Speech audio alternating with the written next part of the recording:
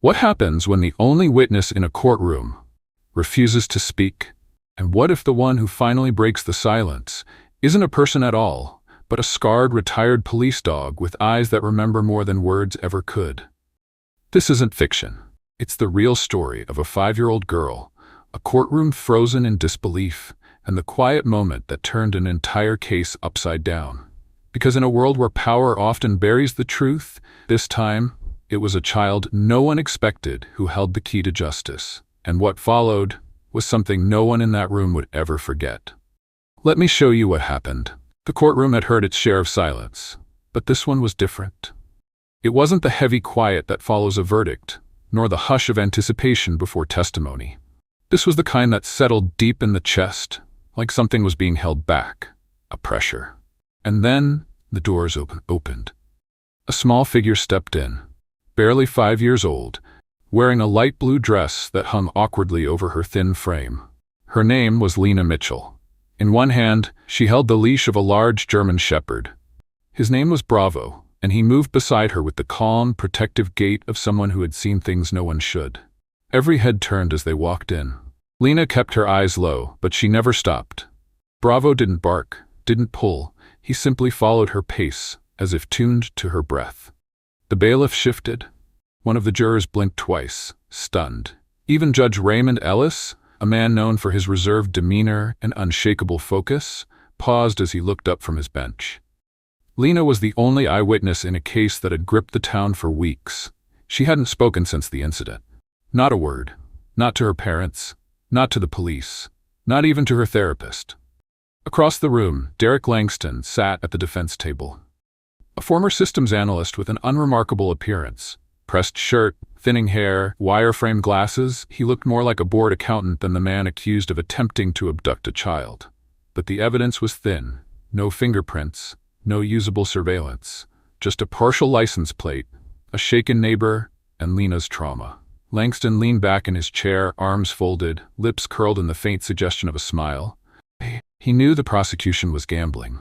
And without Lena's voice, it was a weak hand.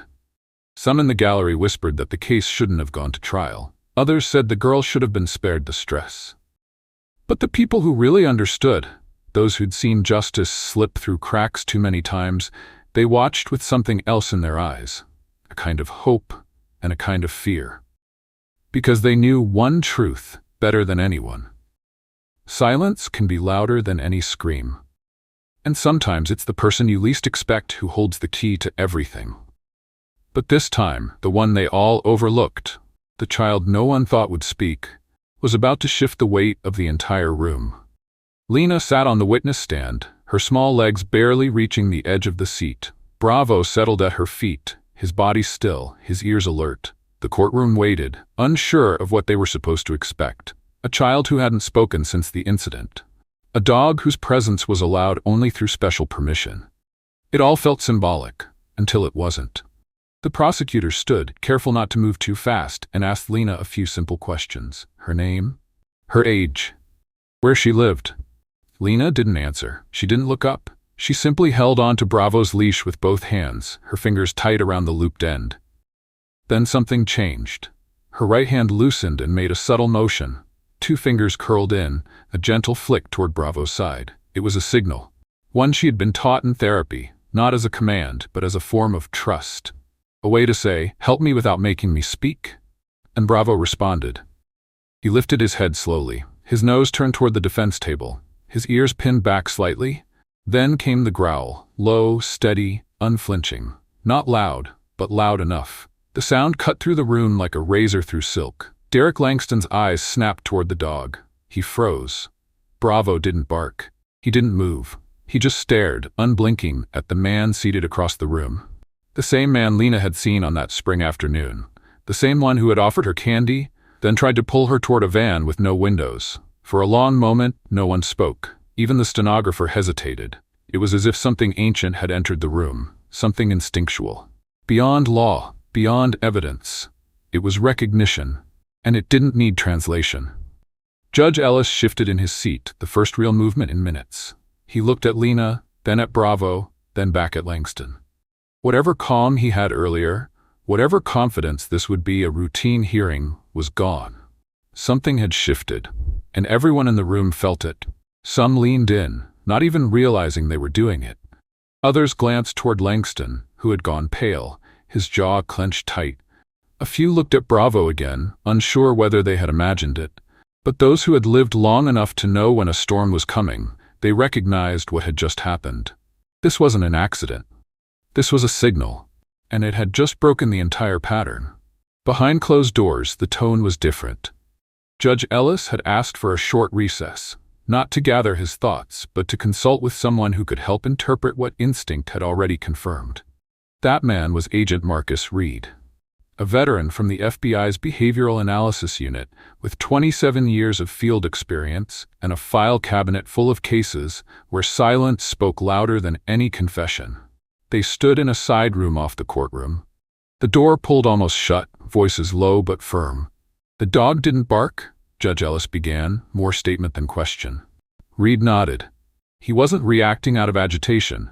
That was targeted recognition. He knows that man. Judge Ellis folded his arms. "You're sure it wasn't a cue from the girl?" "I'm sure she gave a signal," Reed replied. "But that dog's been trained in threat detection.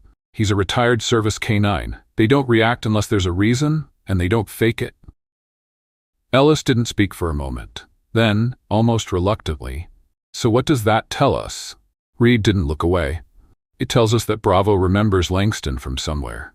And if Lena gave the signal, it means she remembers too. Maybe not in full sentences, maybe not in words, but her body remembers. That's trauma. That's witness memory. And now you've got a response on record in front of a jury." Out in the gallery, people shifted nervously in their seats. The tension wasn't from impatience. It was from knowing that something had just happened that could unravel or solidify an entire case. And for the older generation watching, like Walter Hayes, 74, a retired sheriff from Pulaski County, it was like watching a slow fuse hit flame. Walter had seen this kind of stillness before. In interviews where victims didn't speak, but their hands trembled when certain names were said. In cases where dogs had led deputies to graves no map could find. He leaned forward slightly, elbows on knees, his jaw set. "That dog ain't wrong," he murmured to no one in particular. Back in chambers, Ellis sighed and rubbed the back of his neck. "You know what this means, don't you?" he asked. Reed nodded. "It means the courtroom just got a new witness, one with a scar down his side, and no reason to lie. From this point on, they couldn't treat Lena as silent. Because silence had just spoken. And it was speaking with teeth. For most of the trial, Derek Langston had been the image of control. Calm, predictable, untouched. He'd shown up in the same charcoal gray suit every morning, answered every question with rehearsed neutrality, and nodded politely, even when the prosecution pushed harder than expected.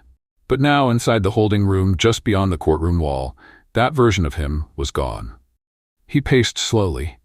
One hand dragged across the surface of the metal table, while the other gripped the back of his neck, rubbing as if trying to erase a thought he couldn't shake.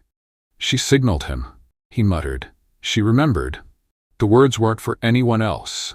There was no one there to hear them. But he said them anyway, like they were pressing from the inside out. His attorney had tried to reassure him during the recess, told him a dog's reaction wasn't admissible as evidence, that juries could be guided, impressions managed. But Langston wasn't listening anymore. He'd seen Bravo's eyes, and worse, he'd felt them. That stare wasn't random. It wasn't confused. It was direct, focused, familiar. And it had shaken something in him that no cross-examination ever had. Langston sat down heavily, his hands trembling slightly as he poured a glass of water from the cooler in the corner. The cup rattled against the metal tray, louder than he expected. He cursed under his breath and squeezed it tighter.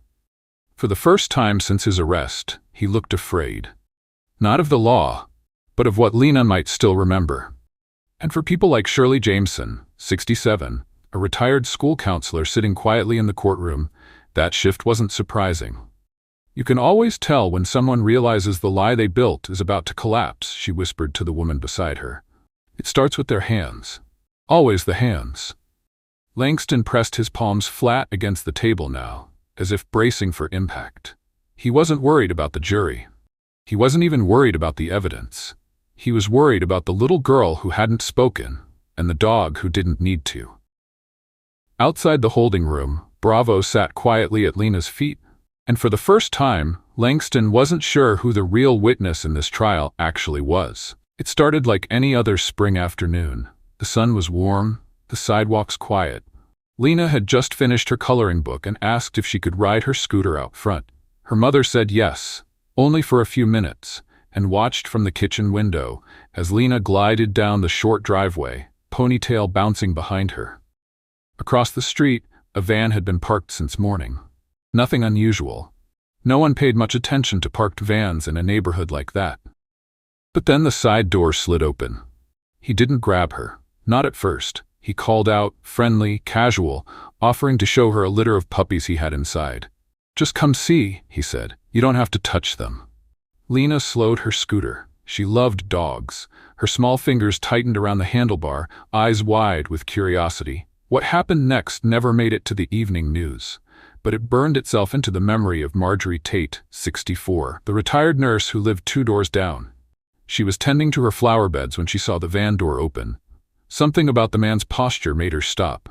He didn't wave like a neighbor. He didn't look around like someone new to the area. He looked too focused. Marjorie called out without thinking, loud, firm. "Lena, sweetheart, come here a second." That voice, authoritative, unexpected, snapped Lena back. She turned her head, then back again, unsure. The man's hand moved toward her wrist, just a little too fast. Marjorie dropped her gardening trowel and walked toward them. The man froze, then stepped back into the van. The door slammed shut, tires screeched, and the vehicle took off down the block. Lena didn't cry. She just stood there, eyes wide, lips pressed tight. Marjorie ran over, held her close, and walked her home without a word. It wasn't until later, after police had been called, after her mother's hand stopped shaking, that Lena whispered the first detail. The van was gray. It had rust near the wheel, and part of the license plate, she remembered, was YKZ. No one found the van that day. There were too many gray vans in the city, too many near matches, and without a clear face or plate number, the report went cold. Just another file in another drawer marked unresolved, low evidence. But Marjorie never forgot, and neither did Lena. That image, the shadow in the van, the outstretched hand, the slam of the door, stayed with her, not in her words, in her silence. And it was that silence years later that returned, this time not to hide, but to fight. Lena stopped speaking the day after the incident. It wasn't a decision. It wasn't rebellion. It was the body's way of coping with something too large, too sudden, too frightening to name. Her mother, Jessica Mitchell, tried everything: storybooks, music, hand puppets. Nothing worked. Lena watched with vacant eyes and answered only by blinking or turning her head. The diagnosis came 2 weeks later: selective mutism, triggered by acute trauma. Her therapist explained it carefully, not as a defect, but as a protective wall. "She's not unwilling," she said. "She's overwhelmed." The therapist, Dr. Paula Green, had worked with veterans, abuse survivors, and children who had lived through natural disasters. But something about Lena's stillness was different. It wasn't closed off. It was listening, deeply, constantly. That's when she brought up the idea of a service animal. The suggestion surprised Jessica. A dog? In the middle of all this? But the more she learned, the more it made sense. Dogs don't demand. They don't ask questions. They don't rush healing. They simply stay, and in staying, they offer safety. 3 weeks later, Lena met Bravo. He was nothing like the cartoons. No floppy ears or playful tongue. Bravo was quiet, alert, and serious. He had a long scar across his left side, just above the rib cage, a remnant from his last mission as a K-9 officer, where he'd pulled a wounded child from a collapsed shed during a house fire. He'd been retired early due to injuries. His handlers said he'd done his job, but you could still see it in his posture. He wasn't finished protecting people. When Lena first saw him, she didn't move. She just stared. Bravo sat down across from her, didn't blink, didn't flinch, just waited. 5 minutes passed, then 10. Then slowly, Lena reached out her hand, touched his paw. No words, no noise, just a moment. And something opened. From that day forward, Bravo followed her everywhere, in the house, to appointments, even during quiet walks at the park. She began drawing again. Not people. Just him. Over and over. The lines got bolder each time, the fur more detailed, the eyes more alive. 3 months later, during a session with Dr. Green, Lena whispered 2 words. "Good boy." That was it, but it was everything. For parents like Jessica, for professionals like Dr. Green, and for others like Evelyn Morales, 71, who'd raised 3 sons and fostered children from the county. You don't always need full sentences to know healing has begun, Evelyn would later say. Sometimes all it takes is knowing someone's finally safe enough to speak. And Lena was speaking. Not loudly, not often, but clearly. Through Bravo. The courtroom was quieter than usual that morning, not because people weren't speaking, but because they were watching. Lena sat on the stand again, this time straighter. Her feet still didn't touch the floor, but her hands rested calmly on Bravo's leash. She didn't look at the audience or at the judge. Her eyes stayed on Bravo, and that was enough. Permission had been granted for the dog to remain with her during testimony. Not because of theatrics, not for sympathy, but because Lena had begun to communicate through him, and now the courtroom was ready to listen. The prosecutor asked a few procedural questions, mostly for the record. Lena didn't answer them. She wasn't expected to. What everyone was waiting for, what every juror had quietly braced for, was what came next. The prosecutor gave her a nod, and Lena gave the signal. It was the same subtle gesture, 2 fingers curled, then lowered toward Bravo's side. And once again, Bravo responded. But this time it was different. He didn't just growl, he stood. The sound that came from him was not aggressive. It wasn't loud. It was steady, low, and direct, locked straight at Derek Langston. Langston stiffened. His hand twitched at the table. He tried to hold his posture, tried to breathe evenly, but something had shifted. And it wasn't just in the dog. The jury leaned in, not because they were told to, but because they felt something pass between witness and accused that had nothing to do with words. This wasn't a performance. Bravo wasn't trained to do this in courtrooms. His training was rooted in scent, behavior, memory. If he reacted this way, it meant something in him had been triggered, something he couldn't fake. The room held its breath. Even Judge Ellis, ever composed, looked from Lena to Bravo, then to Langston. The pattern of the trial, the quiet rhythm of arguments and objections, had been broken. In that moment, the truth wasn't spoken, it was sensed. Langston looked at Bravo like he was looking down the barrel of something ancient, something that couldn't be reasoned with. And for people like Calvin Brooks, 76, a retired Army investigator sitting in the back row, this was the moment they waited for. Combat teaches you to read a room, he would later say. That wasn't fear of a dog. That was recognition of the last thing a guilty man wants, someone who remembers. Lena didn't cry, she didn't shake, she just held the leash. And for the first time, Langston looked away first. The clue came from dirt. More specifically, the soil samples collected from the undercarriage of Derek Langston's van, a detail that had seemed routine, almost procedural. But Agent Marcus Reed had insisted on it. He knew that soil, like memory, held on to what others overlooked. The lab matched the dirt to a remote area 60 miles north of the city. Thick woods, no cell phone coverage, a place not even on most maps anymore. There was an abandoned hunting cabin there, one that hadn't been listed on property records for years. Reed led the team. They arrived just before dusk. The air was heavy with pine and stillness. The path was overgrown. But Bravo, brought along with special clearance, pulled gently at his leash. Not with urgency, just a quiet insistence, like he already knew where to go. They found the cabin in a clearing, half sunken into the hillside. From the outside it looked empty, boarded windows, rust on the handle. But Bravo wouldn't stop pacing. Then he growled. Reed signaled for silence. From beneath the warped wooden floorboards a faint noise came through, barely audible. A movement, a clink. Something metal against wood. They pried open the boards and shined a flashlight into the darkness below. That's when they saw her. Emma Lynn, age 7.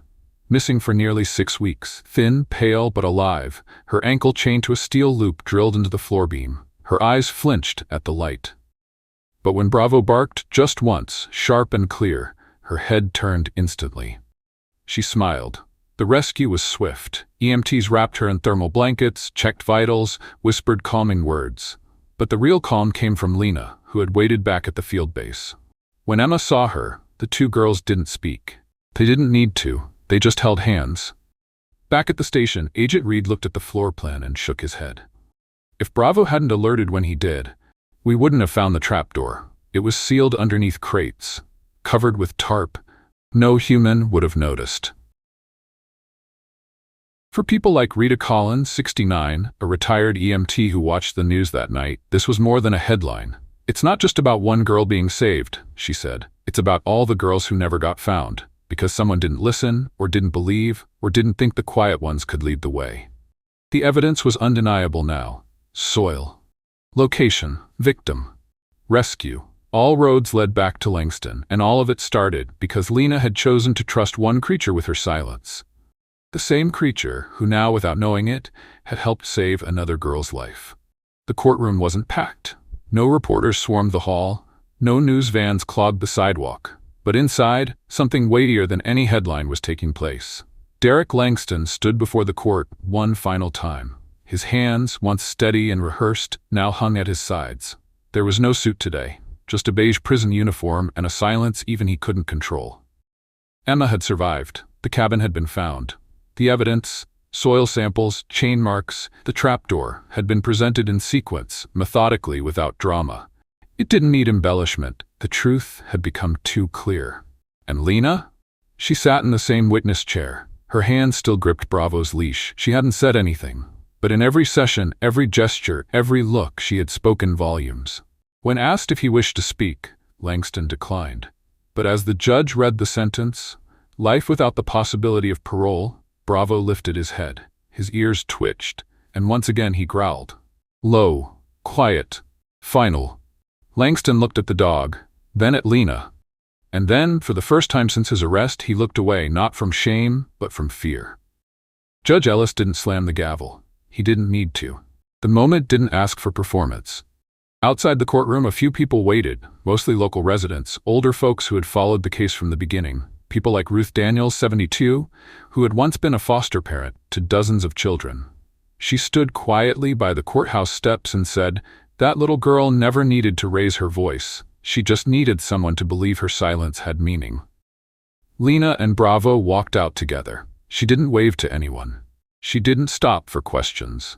But her posture was different now, more centered, as if something that had been locked inside her was finally free to move. No one called her a hero. But everyone knew she was one. And for those who had long believed that power and privilege always won, this moment said otherwise. Because justice didn't come in a loud speech or a perfect confession. It came in a growl, a gesture. A little girl who dared to face her fear without ever speaking. And the message she left behind was simple. The truth doesn't need to scream. It only needs to be seen. In a world where noise often drowns out meaning, the story of Lena and Bravo reminds us that silence can carry truth just as powerfully as words, if we're willing to listen.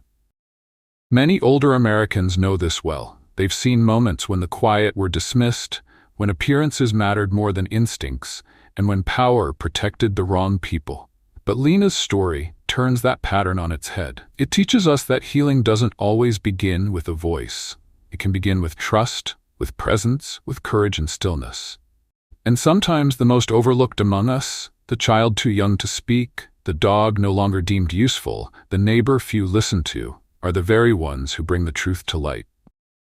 As we grow older, we may carry our own moments of silence, times we weren't believed, times we chose peace over confrontation.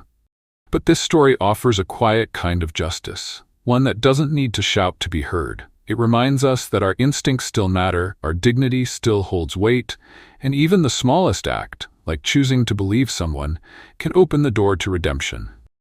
Because in the end, justice doesn't always arrive loud, but it always arrives when we stand steady in what we know is right. Not everyone gets the chance to take the stand. Not everyone finds the strength to look their fear in the face and stay silent. Not out of weakness, but out of clarity. But Lena did, not with words, but with presence, with trust, with the quiet strength of a little girl and her dog, Bravo. This wasn't just a trial. It was a reminder that justice doesn't always speak loudly, but it always listens to those who dare to stand firm. Lena's courage and Bravo's unwavering instinct proved that truth doesn't need volume. It needs conviction. And sometimes, the most powerful voices are the ones that don't speak at all. Press 1 if you've ever felt overlooked, even when you carried the truth. Press 2 if you still believe justice finds a way, no matter how long it takes. If this story moved you, hit subscribe so we can keep sharing real stories like this, stories that remind us justice is still alive, still human, and still worth believing in.